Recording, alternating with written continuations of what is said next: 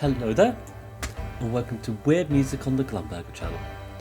Weirdly written, weirdly edited, and weirdly formatted music reviews on stuff I just find rather interesting. So in today's episode, we will be returning to our series on the band Low, with a look at the next studio album in the list so far. So, following on the last album that we looked at, The Curtain Hits the Cast, Low ended up releasing a few sort of EPs here and there before they ended up finally joining the roster for the record label Kranky, with this being their first studio-length album they released with the label.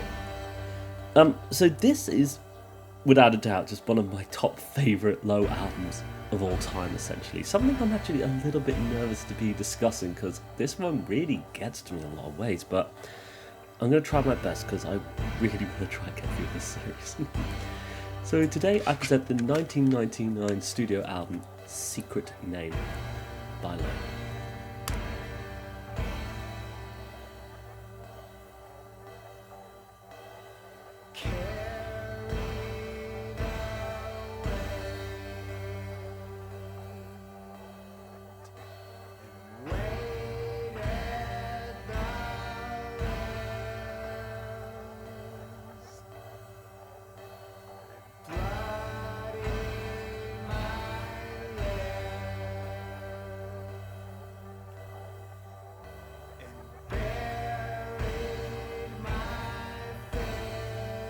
So what is Secret Name then? Well, Secret Name is the fourth studio album from Low, released in 1999 on Kranky, but released here in the UK on Tugboat. And this is one that actually sees a bit of a change of direction from the band, following their departure from, Vernon Yard Recordings. Now under the label Kranky, Low teamed up with the one and only Steve Albini to record this very melancholy, somber album experience. Still building upon, the slowcore aesthetic of those early albums, it seems that Low here have started to expand their sonic craft, with a little bit more experimentation here and there, as well as the inclusion of string instruments on the recordings, performed by the AAA strings. So yeah, with these recordings helmed, by the legendary Steve Albini, this is a record that really captures some of the starkly beautiful and affecting qualities of Low's music with such clarity, it feels, leaning so heavily into that sort of slow, lo-fi style that sounds just so brilliantly beautiful. As mentioned, one of my top favourite albums by Low that features some of my absolute top favourite songs by the band. Though I feel like I'm always saying that in every single review by Low, but I think it's kind of funny at this point. So let's explore Secret Name then, shall we?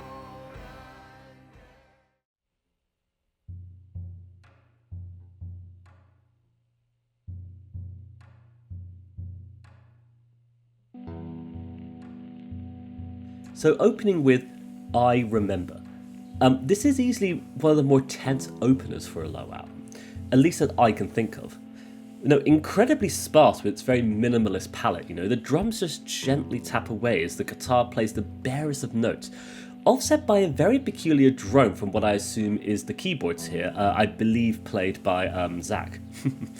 But it's all set against this very faint hiss of tapes, it feels, And to me, with the aesthetic it's bringing with it, it feels almost like funeral music perhaps.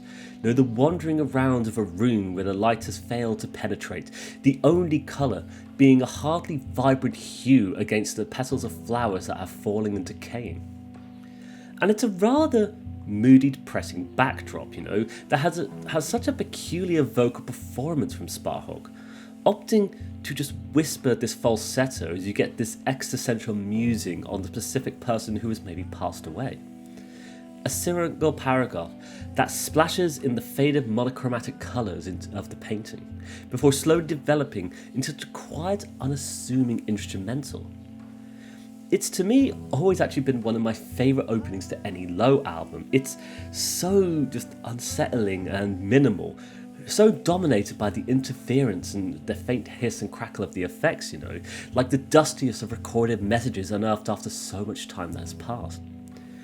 I find it truly amazing And I just absolutely adored the atmosphere that's immediately established for this album as we undergo the whole rest of it, essentially. It just starts everything off in such a perfect fashion of being icy, cold, and isolated.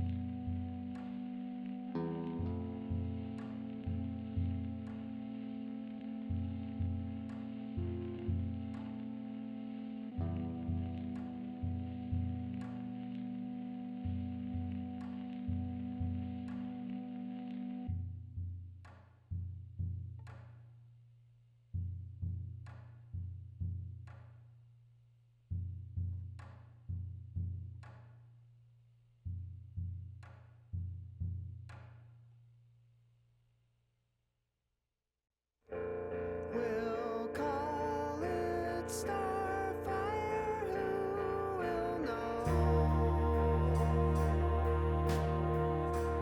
Moving along though, we then get Starfire, which really changes up the scene rather dramatically.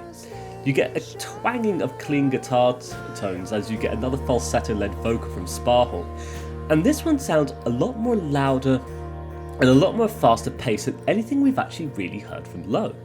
Especially when it descends into that instrumental, with the swell of strings and the backing of Mimi's vocals in the background there. Like, there's something just oddly glorious and beautiful about how this one sounds, And it's a song that fills me up with this wonderful sense of warmth, especially following that incredibly cold opener.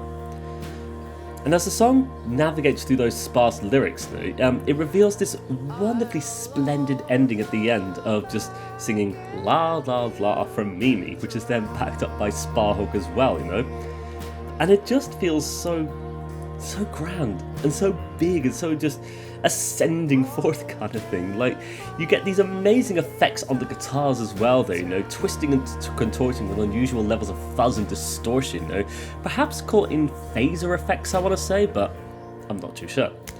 But it's weird because I can't exactly place my finger on why, but this track has always been a bit of a revelation for me. Something I always felt was one of the first few instances of the band cranking up that volume to create these wonderful walls of noise. Now, of course, we will see this tenfold from the band in later albums and on later songs. But for me, this feels like one of the first few instances of this occurring, though. It's not particularly loud, don't get me wrong, it's a bit of, it's not like the huge expansive sound, that's a far cry away from the minimalism that we're used to, but it definitely feels a little bit louder, and for me, kind of comes across as a bit of an early genesis of the concept that the band would start to explore with each and every release, of including songs that do turn up that volume and build these great walls of sound for us to just get lost within. And I think with this one, it just comes across as being something rather quite special though, and generally just a favourite of mine from here.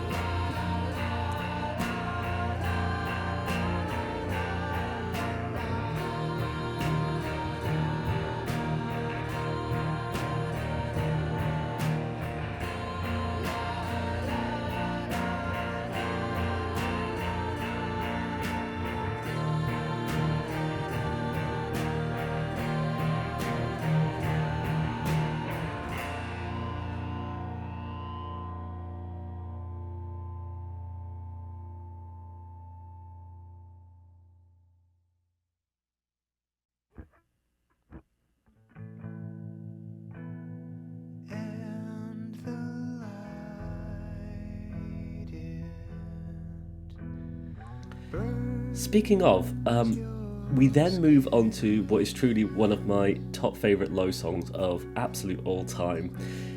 Top 5 best Low songs kind of thing. I don't know. We move on to Two Step.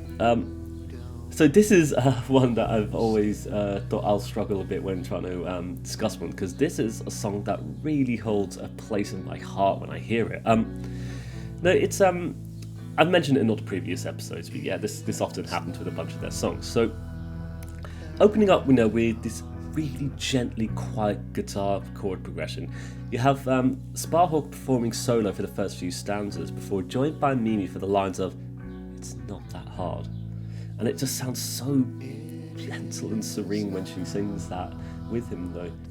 And it just helps the song guide itself to this really slow opener, building this atmosphere, that just feels very peaceful and calm, a bit sort of uncertain, a little bit anxious in the place we're inhabiting, before it just all slowly builds up with a final verse from Sparhawk, emphasized by his own vocal delivery of just rising and rising with those final words, singing it in a bigger falsetto and setto, before it all just leads the way for one of the most wonderful waltz in all of Low's discography, I find. It just collapses into this section where the tapping of those cymbals and drums, the brushes that Mimi uses on that drum kit, just guides it all into this wonderful swirling dance, it feels. A swelling of faint murmuring drones, continued guitar horns, and that bass now backing it up to create this little, this little stage for everyone to start twirling around and dancing to.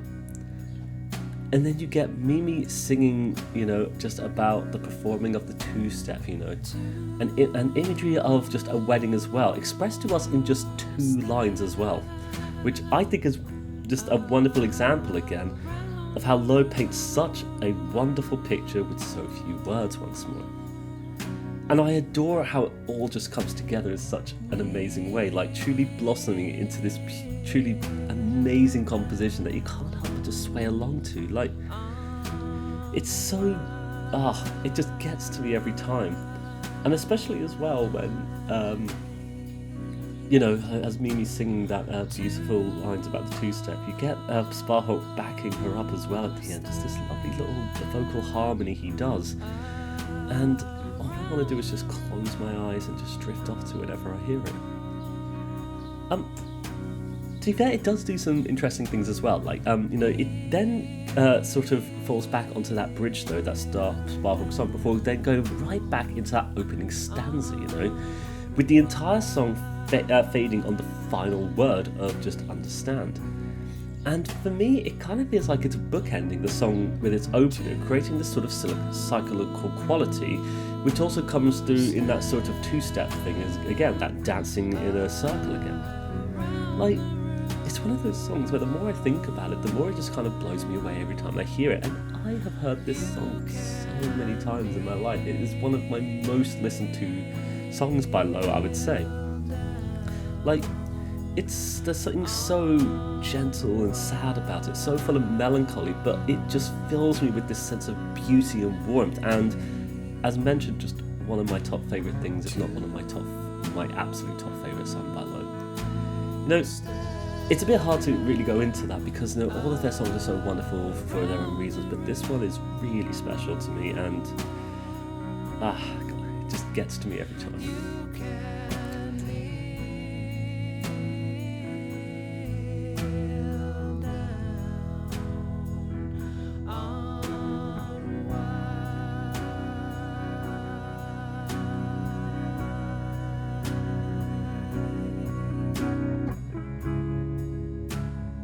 That's not all.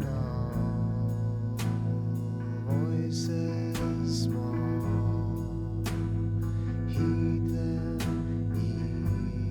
either way they come.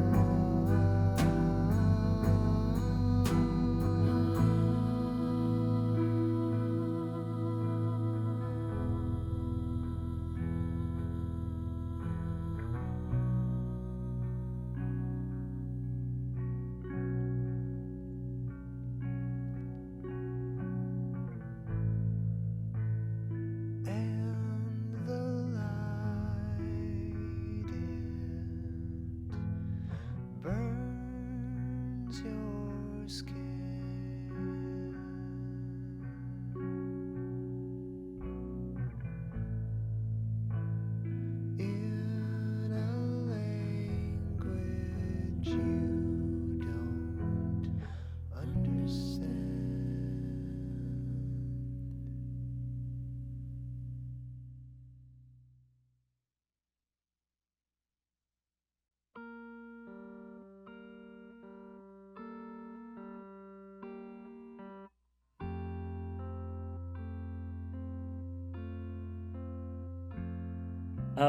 Let's move along though. We then get the next track of Weight of Water. So after the myriad of emotions we've experienced thus far, this one seems to bring it right back down to that moody existential misery that often comes from Lowe's beautifully slow music. And this is a very moody one indeed, opening with a sparse minimal guitar line, gently backed by the tapping of the cymbals and that slow push of the bass before Mimi starts singing so slowly, so sadly and so wonderfully. You know, it starts off that classic Low style here, you know, feeling like it could occupy the space on literally any Low album that we've already heard, which for me, it gives the rather depressing nature of it all a comforting sense of familiarity, as this is the kind of vibe that we know from Low, but we feel safe with Low when they do it, if that makes any sense at all. To go to the song though, you know, it's all broken up by this chorus though, which brings with it a swell of voices and drums and a growing drone of string instruments that just fades it all right back down into the next verse, you know, creating this wonderful sort of ebb and flowing quality to it. And especially with those strings, you know, which emphasizes the sort of pushing on those words, it breaks up that familiarity just a little bit, I would argue, as though it's threatening to fall beneath the very waves themselves, you know, literally crushed by the weight of it all. I should say as well, actually, this song actually does a very interesting thing, that we actually see a lot of in Low's discography, where the album's title is lifted from the lyrics when we are told, "Make a river through the sand till you're called by a secret name." So this is something that pops up on a bunch of Low's albums, and I think it's really neat how they actually incorporate this into their craft, you know, going back, they're sort of referencing taking the album's title from the actual lyrics themselves. It creates a sense of cohesion, if that makes sense, of the entire album experience, and I like how they do it. And like I said, it crops up a little bit later in some of their albums, so I will try to keep an eye out for it as and when it happens as best as I can. To go back to the song itself though, I do find this one to be so fascinating within the discography of Low, you know, because it's something that feels so, you know, rather somber and moody, especially when it navigates into that final verse, you know, really carrying the heaviness of all of those instrumentals that seem to express this furthering descent into the water itself, especially as Mimi sings lower and lower, you know, just dragging it down and down, resulting, you know, without a doubt, just in one of the most powerful performances I feel from her, you know, and it really stands out in this album for such, you know, a number of reasons. Like, to me, it's just classic mood setting from Mimi in the way she sings and the way her voice sounds against the palette of instrumentals, you know, just creating for us these weighty, melancholy musical experience, like, truly wonderful.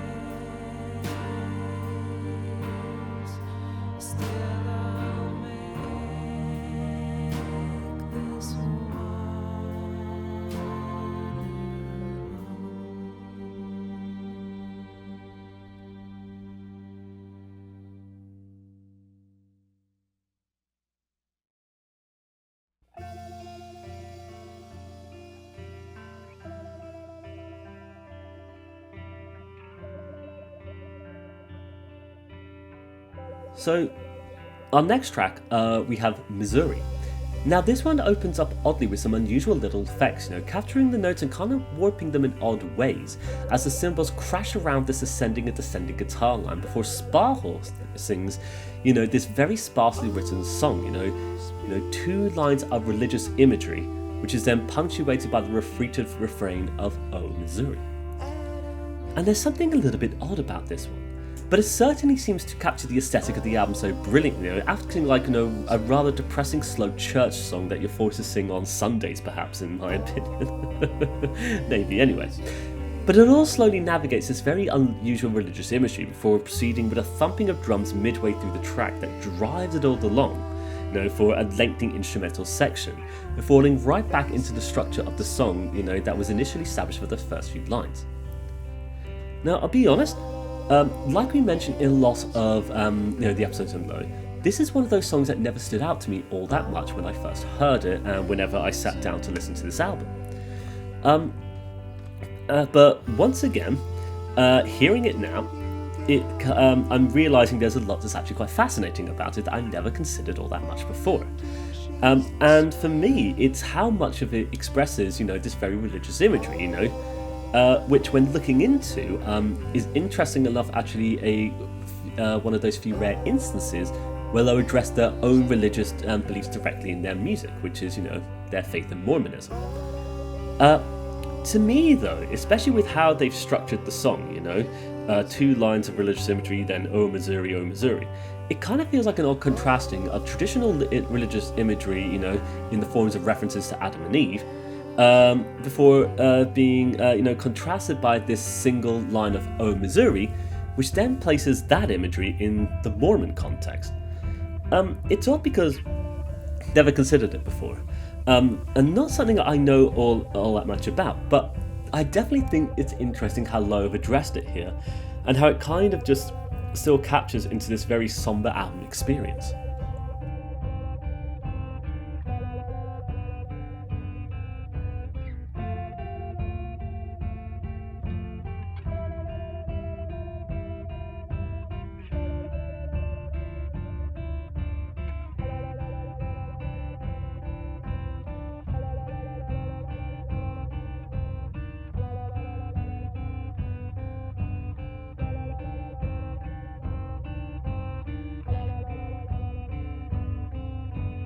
Oh, speak to me,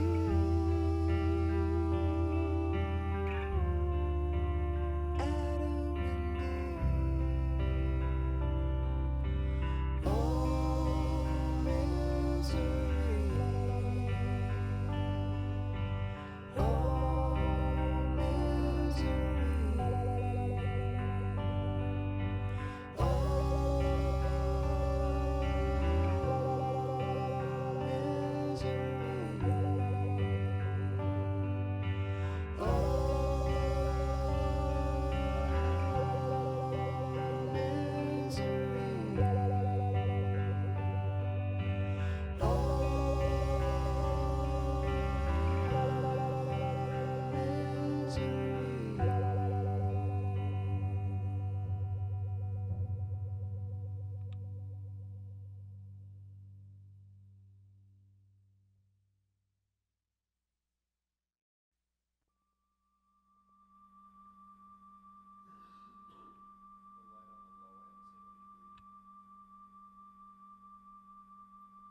So, moving into the next track of "Don't Understand." This is the longest track on this album by just shy of 7 minutes. So not that long, but still the longest one we have here. And so this one opens up with such a strange resonating frequency that hovers in the silence itself, before being accompanied by an assortment of very affected notes, maybe sourced from the guitar, maybe being from the keyboard, just caught in these unusual looped effects, as then the amplifiers start to hum with these, their natural sounding drones from the amplifiers.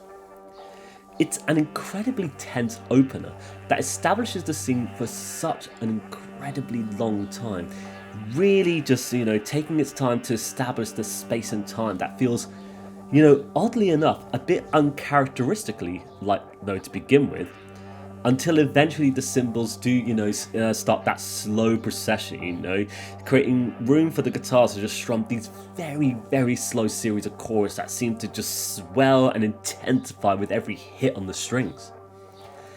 And from here, we get another long instrumental passage, the band really taking their time to establish this mood, which just seems to just, give us such an odd sense of tension and, almost fear perhaps.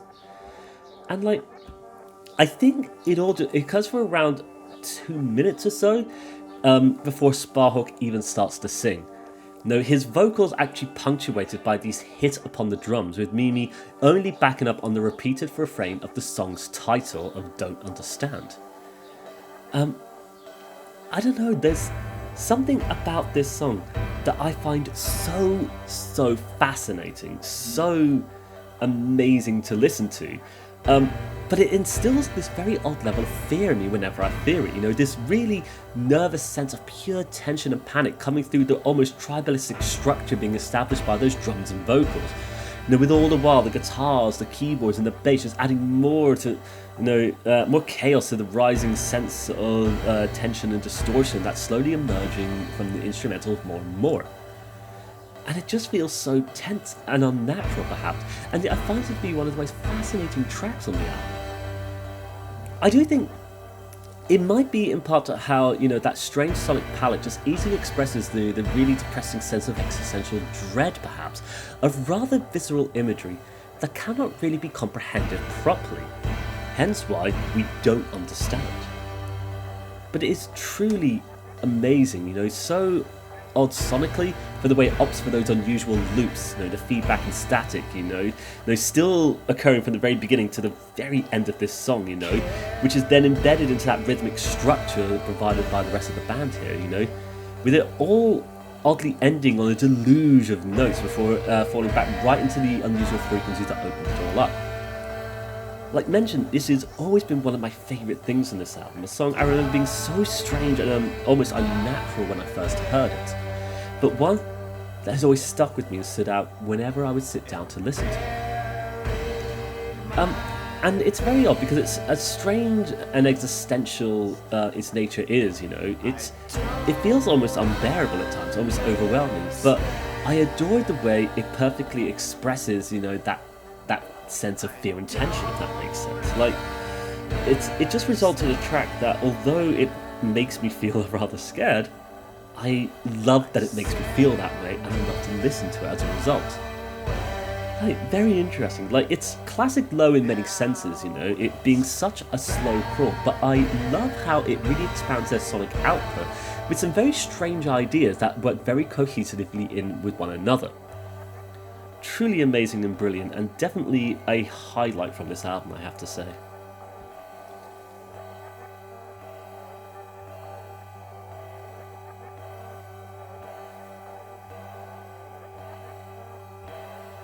Drag you down,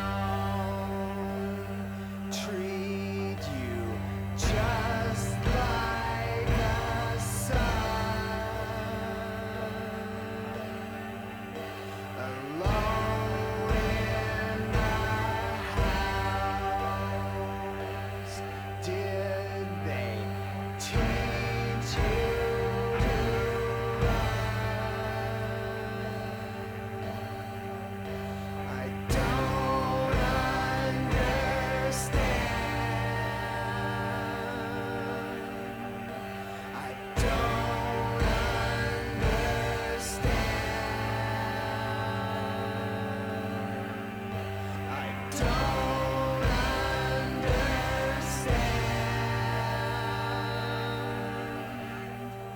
I don't understand.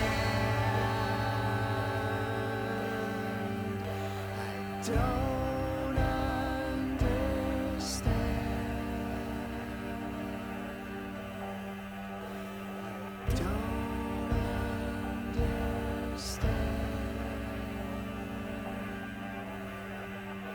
I don't understand.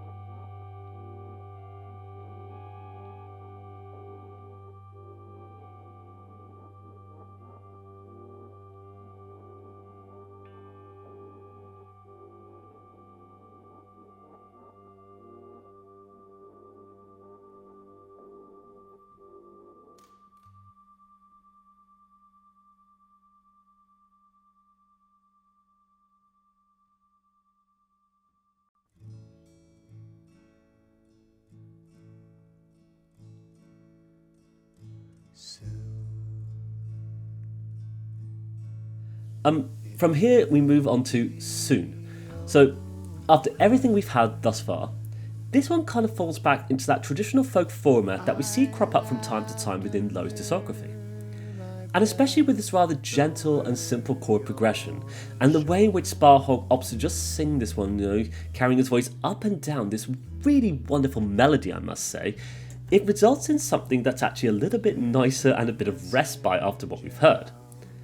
Like, when we look at it, it does feel every bit as sad and melancholy as the whole album has been, mostly thus far, but it seems to have this rather gentle, charming quality to it, just acting as respite following the arduous previous track, I would say. But as it all progresses, it does lead the way for another wonderful string section, one that feels like, perhaps a representation of the sonic theme of the album, if that makes any sense, an expression of the story being told in musical form, which crops its head up in the form of those string movements, perhaps.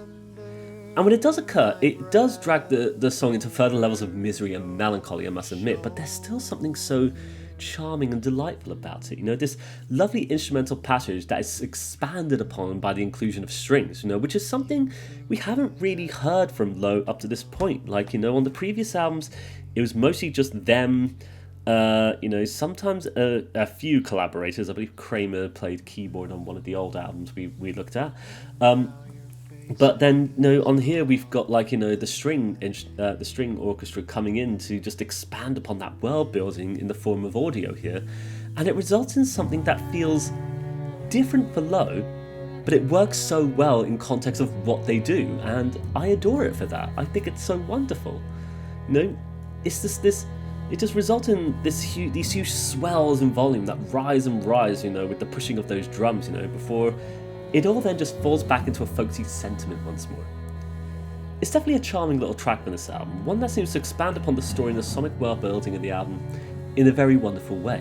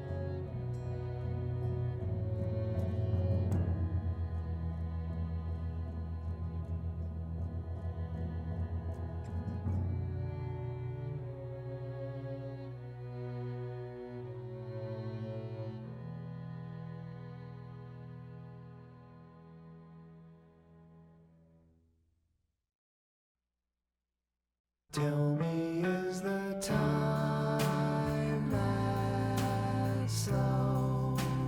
Only when your eyes are Following this, we get another favourite of mine, Immune, which opens up with Sparhawk singing a bit loudly over his guitar melody before it falls right back into that structure provided by the bass and the drums again.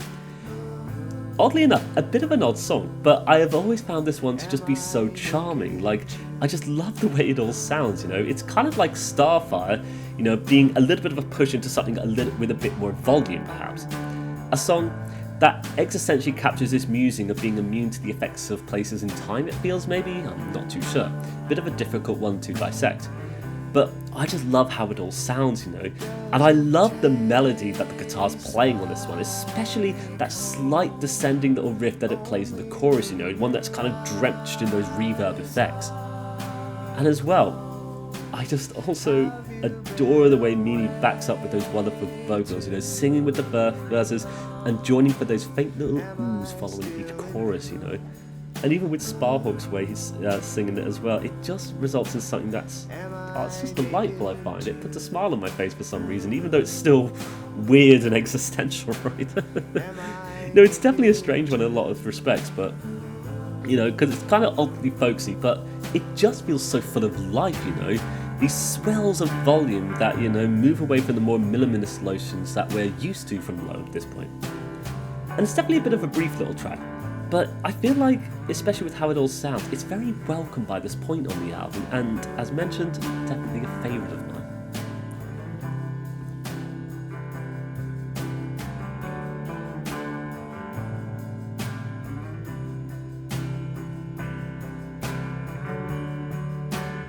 Tell me, is the time that slow? Only when your eyes are closed. Is the point to stay too long? Am I still immune?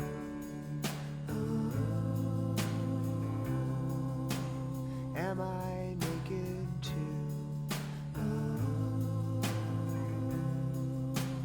Am I naked too?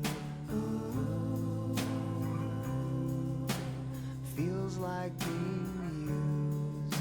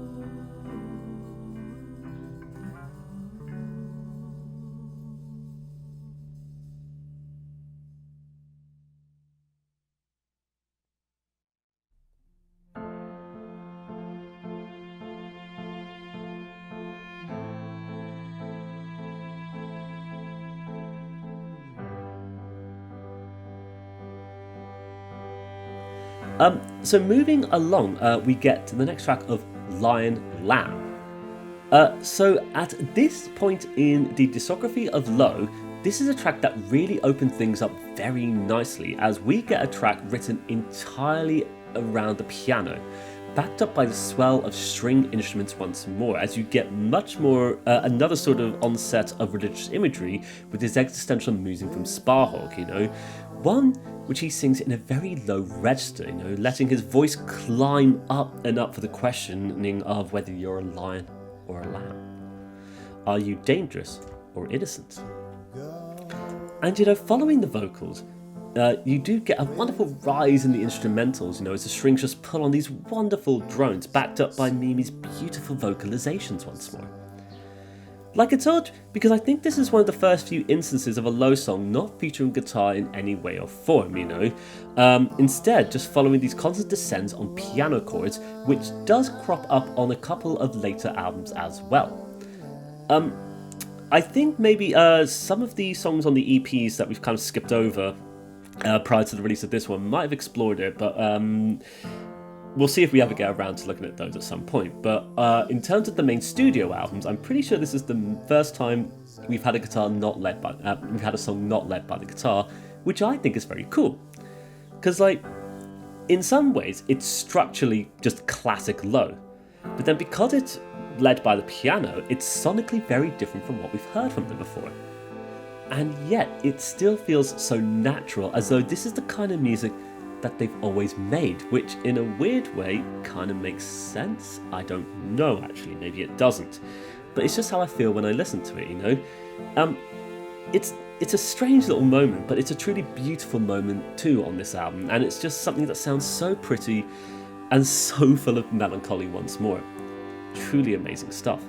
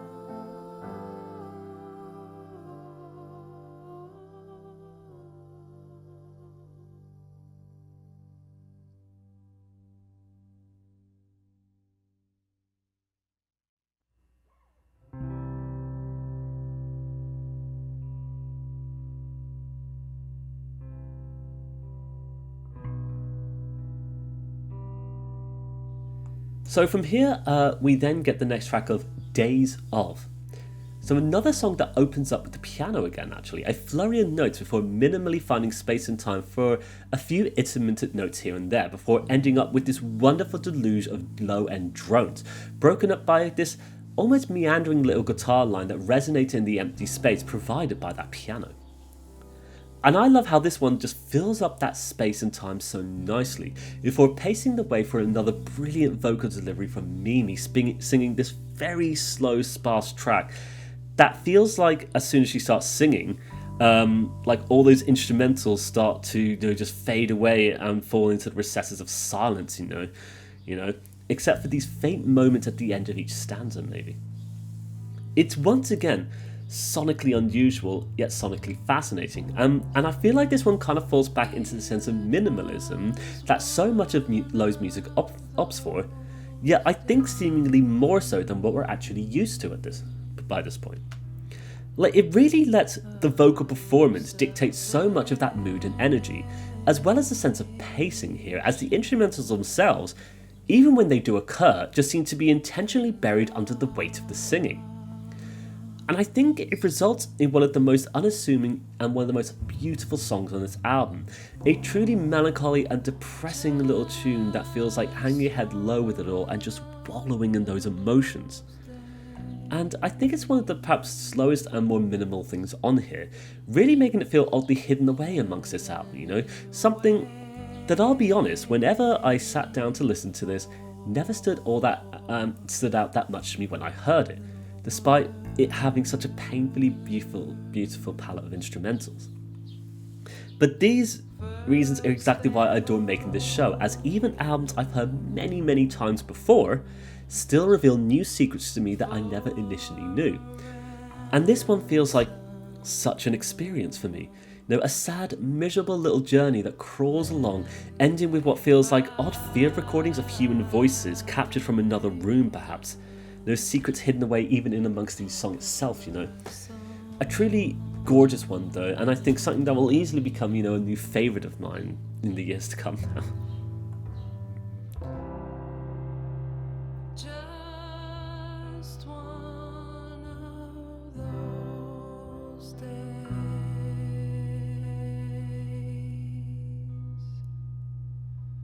when you laugh at what you've done.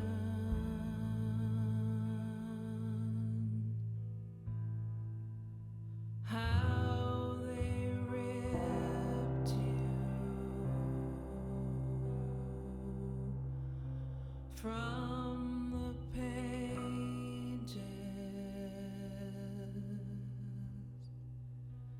Oh, you waited for the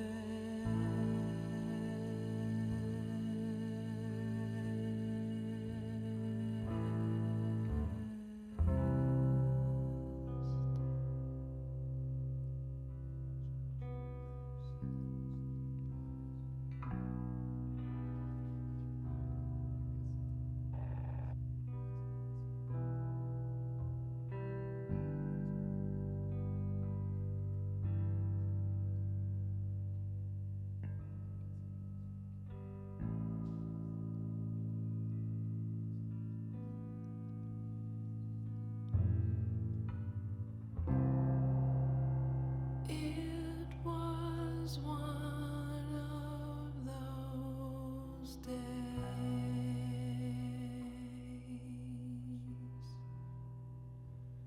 of salvation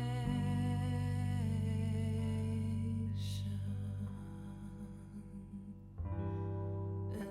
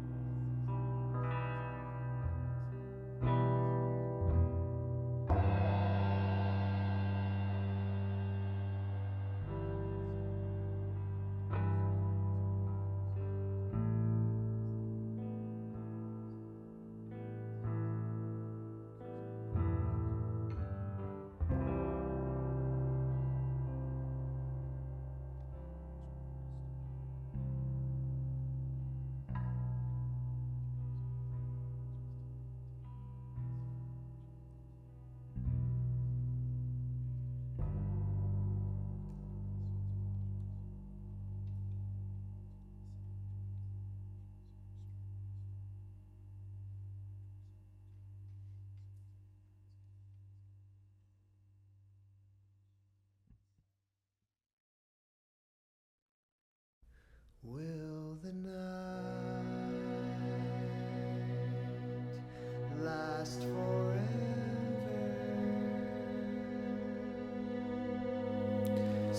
So, moving to the penultimate track from Secret Name, we get Will the Night, the shortest track of the album, I believe, acting as that little brief short moment that crops its way on most of Lowe's albums, a short song to just have on the album.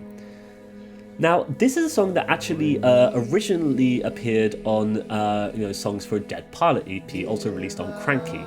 But this version is very different from the one that initially appeared, as this one kind of has the long and winding road treatment, featuring just Sparhawk singing the song as it's backed up by string instruments, rising with each and every ascent and descent of every single word.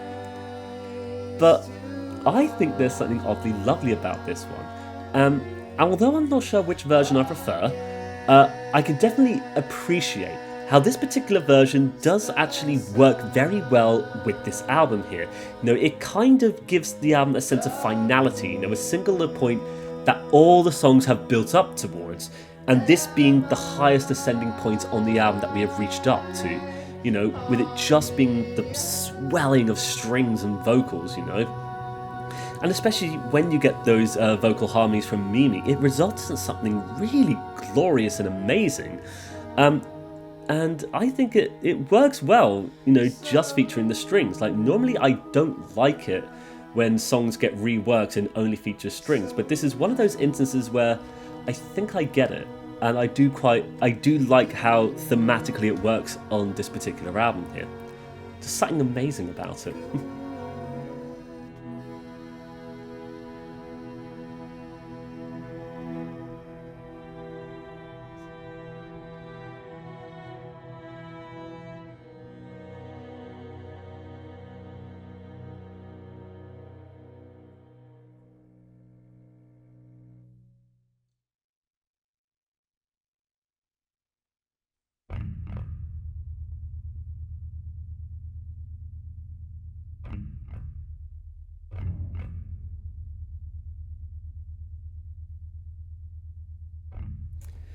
From there, though, we actually do get one more final song, though, an epilogue of sorts in the form of Home. And so this one opens up with a very menacing twang of bass notes that resonate in the silence, feeling very ominous, and stepping away from the beauty that was established in that previous track, and opting to end the entire thing on something much more darker. A sort of falsetto from Sparhawk against this unusually instrumental palette of bass and oddly light keyboards. To me, especially with that vocal delivery, it feels like a lullaby sung by Sparhawk, especially with the twinkling of those notes that's offset by the menacing rumble of the bass guitar.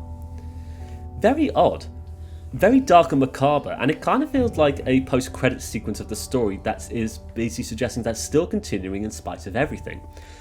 With a song that kind of contrasts it all as being both comforting and threatening at the very same time. Very weird way to end everything, but a very fascinating track on this album.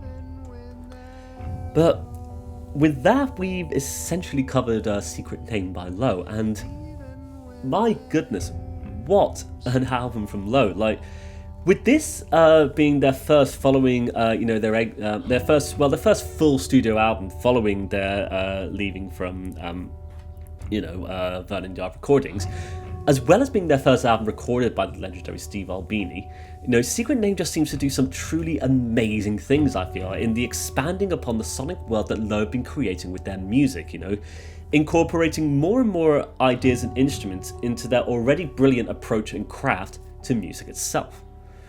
There's something about this one just always feels so incredibly special to me, one that's always been a top favourite of mine, having now really dug into it, I think I can now see so many reasons why.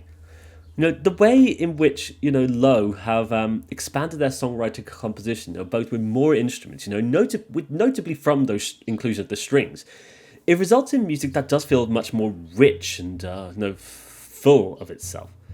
But then it's also the way in which they emphasize unusual certain parts, be it these strange effects on the keyboards, or, the way the guitar sounds or the bass sounds, or even the faint, unusual static and hiss and hums in the very rooms themselves, It results in something that's so fascinating to hear.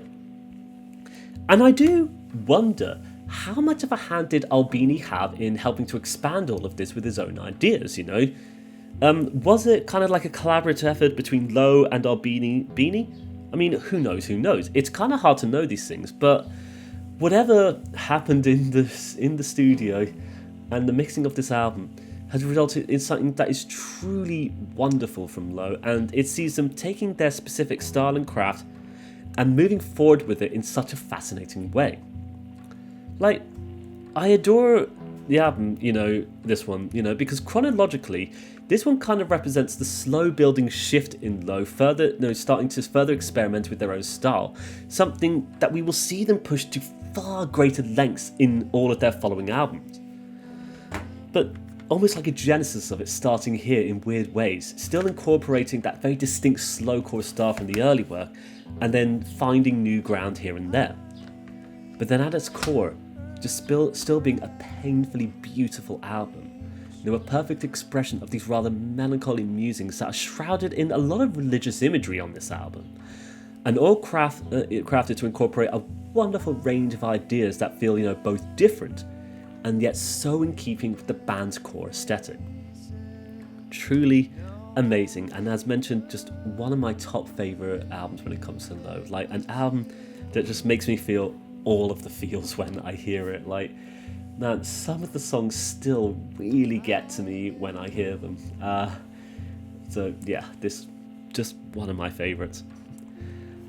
And so with that, I think we're just going to come to the end of our episode of Weird Music. I'm not sure how this one will turn out. Having written it, not sure how it's going to turn out. Having recorded it, not sure how it's going to turn out. I've edited it, but we'll see. I'm kind of nervous to actually approach this one, but we'll see how it comes out when we finish it up, right? But regardless, I'm so glad to have finally talked about one of my top favourite albums by Low. An album that just has some of my favourite songs and moods to come from the band. Music that, as you know, I am just indebted to in so many ways. And so yes, in our next episode on Low, whenever we get around to it, we're going to be taking a dive into probably one of their most beloved and revered albums in their discography, Things We Lost in the Fire. So keep your eye out for that one whenever we get to it. But yet with that, I would like to thank you for watching today's episode of Weird Music. I wish you all the best, take care, and bye bye for now. Bye bye.